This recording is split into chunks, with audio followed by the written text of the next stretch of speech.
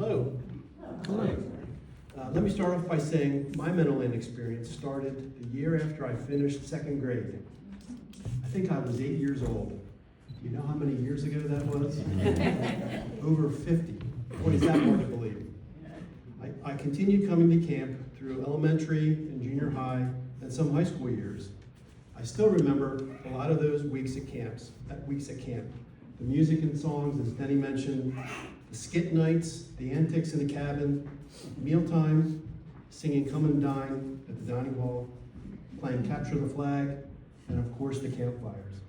I saw God work through those weeks to challenge and change people through the staff and counselors.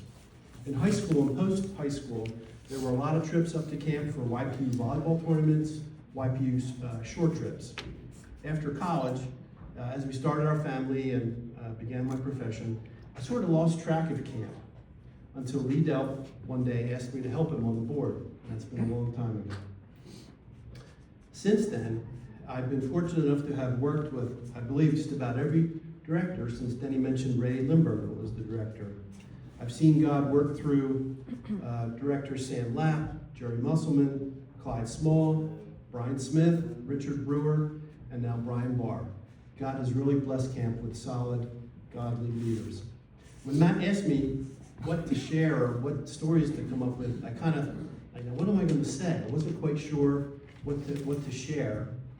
And then I ran into a buddy I used to know a long time ago. And so I want to tell you a quick story. Okay? The guy I ran into, I knew him when we were young men. Not much more than boys, really.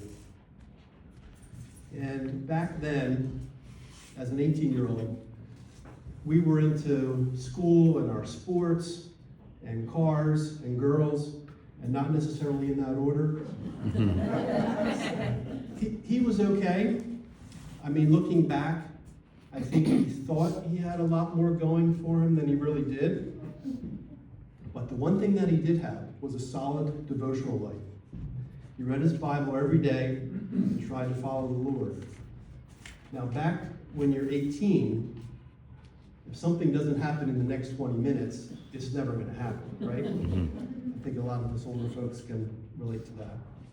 So one night, he had a date with a really nice girl, nice Christian young lady, and he was really excited to go on this date. Well, he told me that the date went well enough, but right at the beginning of the date, as it was getting started, he could tell something was off. There was no spark, and the date was just, right? And so that really frustrated him. And so what he did that night, he came home, and he had a prayer. And he offered to pray to the Lord, a simple prayer, and he turned that all over to the Lord.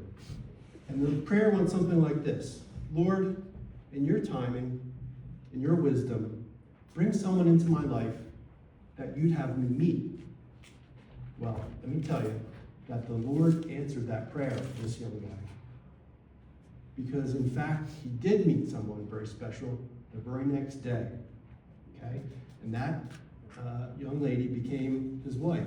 And if you asked him now, he would say that he has been truly blessed.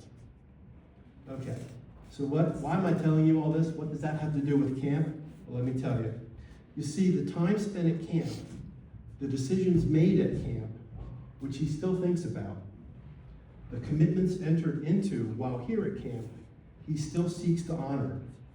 Those experiences have stayed with him all these years and helped make him who he is today. God is good.